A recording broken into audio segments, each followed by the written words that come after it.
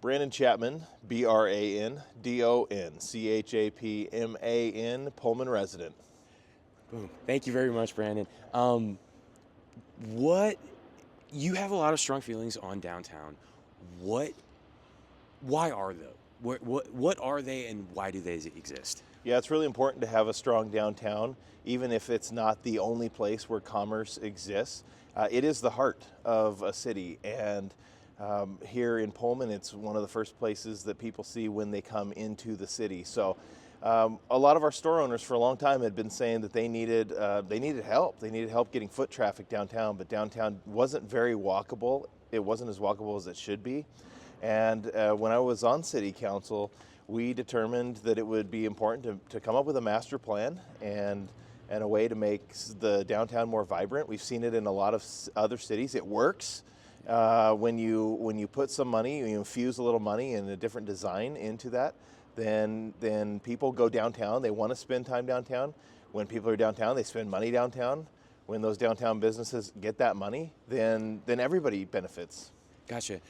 I guess my view set is just today, another staple, Oxford Laundry is closing its doors at the end of the year. A lot of businesses have been closing down, whether they're on downtown or just in Pullman in general. And so what makes you think that the project itself is a hindrance versus just the community that is Pullman in this downtime where a lot of businesses are kind of seeing a decline just across the board? Okay, so say that again. There was a lot to unpack in that. Gotcha. So basically, what makes you think that specifically what's going on downtown, this next evolution of pausing is detrimental to the businesses and the vibrancy of Pullman versus just what's going on in the community as a whole? So what's interesting is the downtown master plan never actually had money attached to it. I mean, we paid $120,000 to have that done, but we didn't have money to make any kind of improvements at the time. We were talking about doing it piecemeal.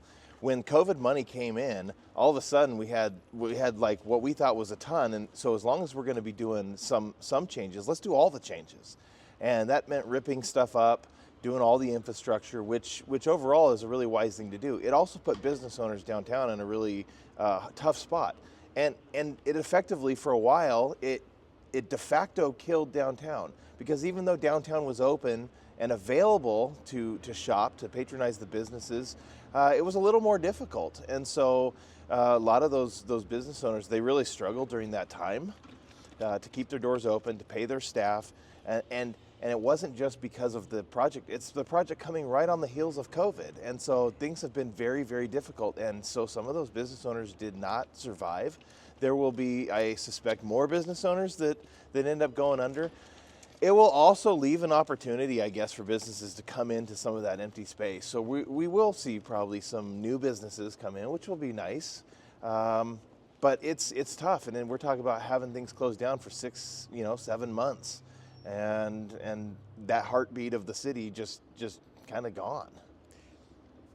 With that, on that note, what are your hopes for the future? What would you like to see, and what's improvements? Well, there's pain anytime you want to make progress. That's just the fact. And when we talk to residents overwhelmingly wanted something that was more walkable, bikeable. They wanted to feel like it's a place where people could come together, right? People like being in a downtown that is fun, it's quaint, it's community, you can interact with people, and some of that was lacking before. It's gonna be there, right? It's gonna be there like we want, but there's a lot of pain to get through that. If you look at a lot of the other cities that have done this same process, when you look back, it was probably painful for them too. So we just have to get past that part of it and reopen. Once we reopen and people can come together and we have our downtown tree lighting ceremony and businesses are open, I mean, I think people will, they soon will forget that, hey, do you remember that one time that we were closed for 7 months, pretty much downtown, like 10, 15 years ago? Like, that's what's going to happen. But overall, it's going to be a much improved situation.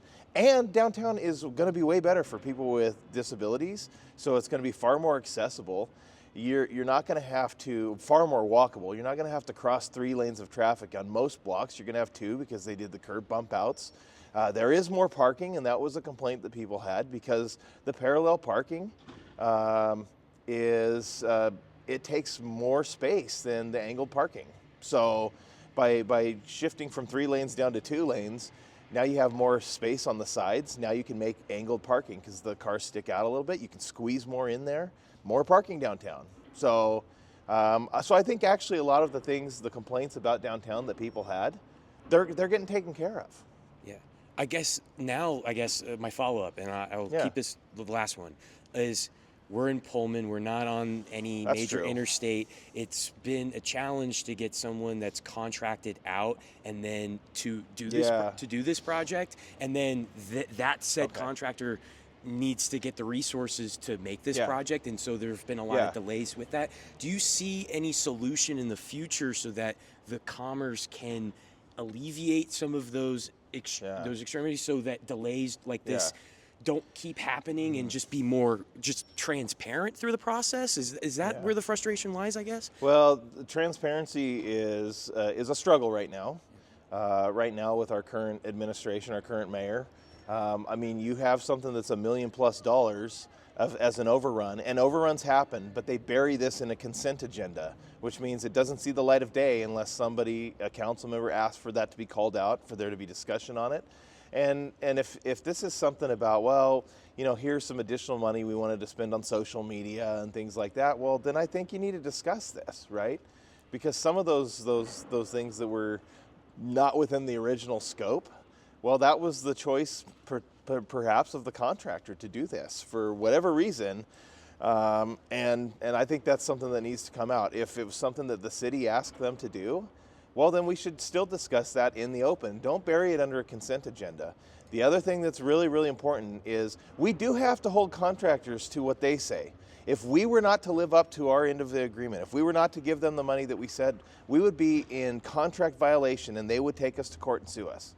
Okay? When they are not when they're not in accordance with what has been agreed, we give them a pass, we give them extra money, we do all this stuff. Well, there's something wrong with that. Right? There's something wrong with, we've extended the timeline and you said you could do it. Okay, things happen from time to time. That occurs in construction. And so we're giving you a little leeway, but to keep having that come back more and more, and not hold people to contracts, to warranties, to things like that. And then not only that, but to bury it in a consent agenda so people don't see it, that's wrong. Perfect. Thank you. I appreciate you bet. Opinion. Here's a good one for you. You rolling? Okay, you ready for this? Pickleball courts were put in, okay, some years back.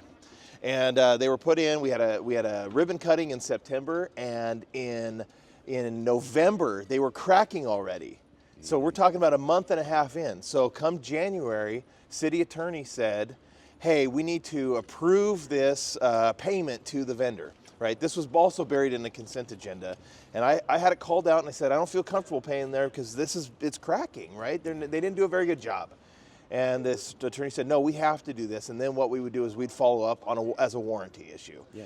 So if I could go back in time, I would have stood my ground anyway and said no, I'm not doing that because I voted yes. And then what happened? As soon as it was up to handling it as a warranty issue, the city said, well, you know, this, that, and the other.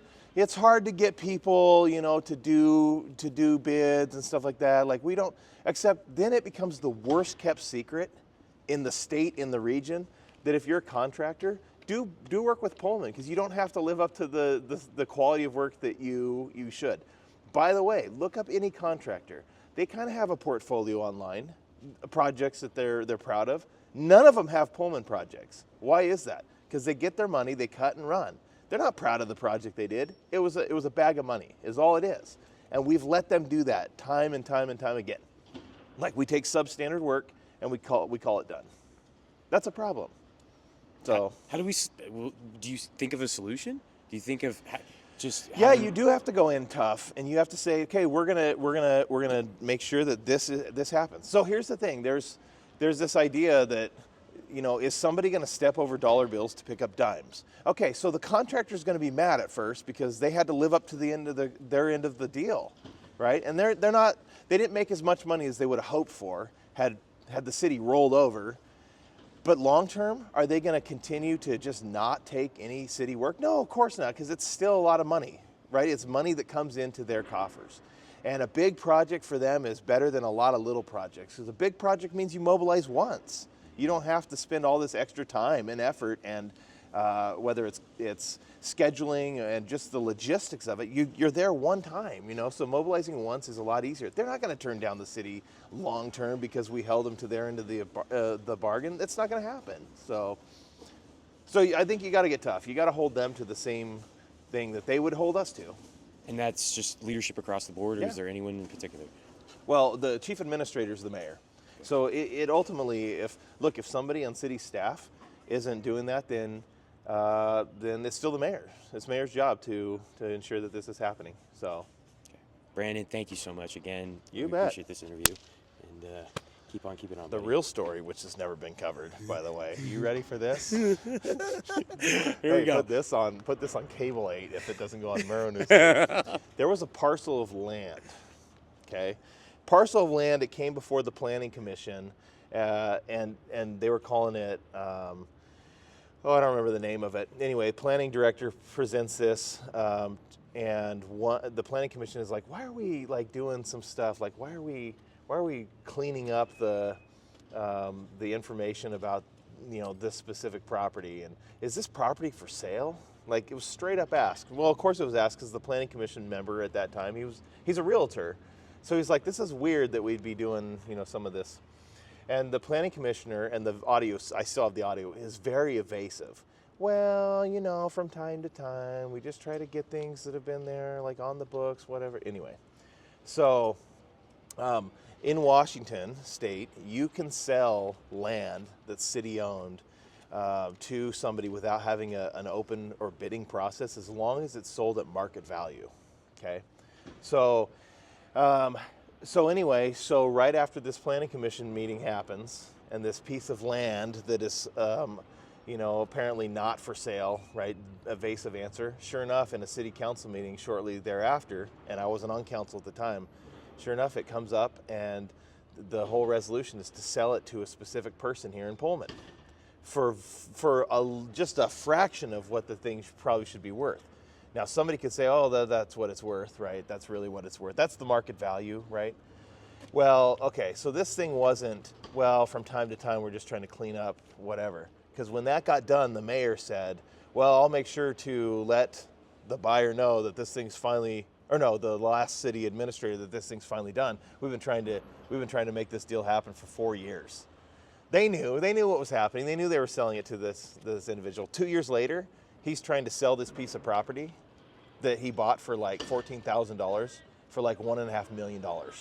You tell me that he bought this thing at market value. If he thinks it's worth $1.5 million, he shouldn't be buying it at $14,000, right? So anyway, local media never wanted to cover that, so.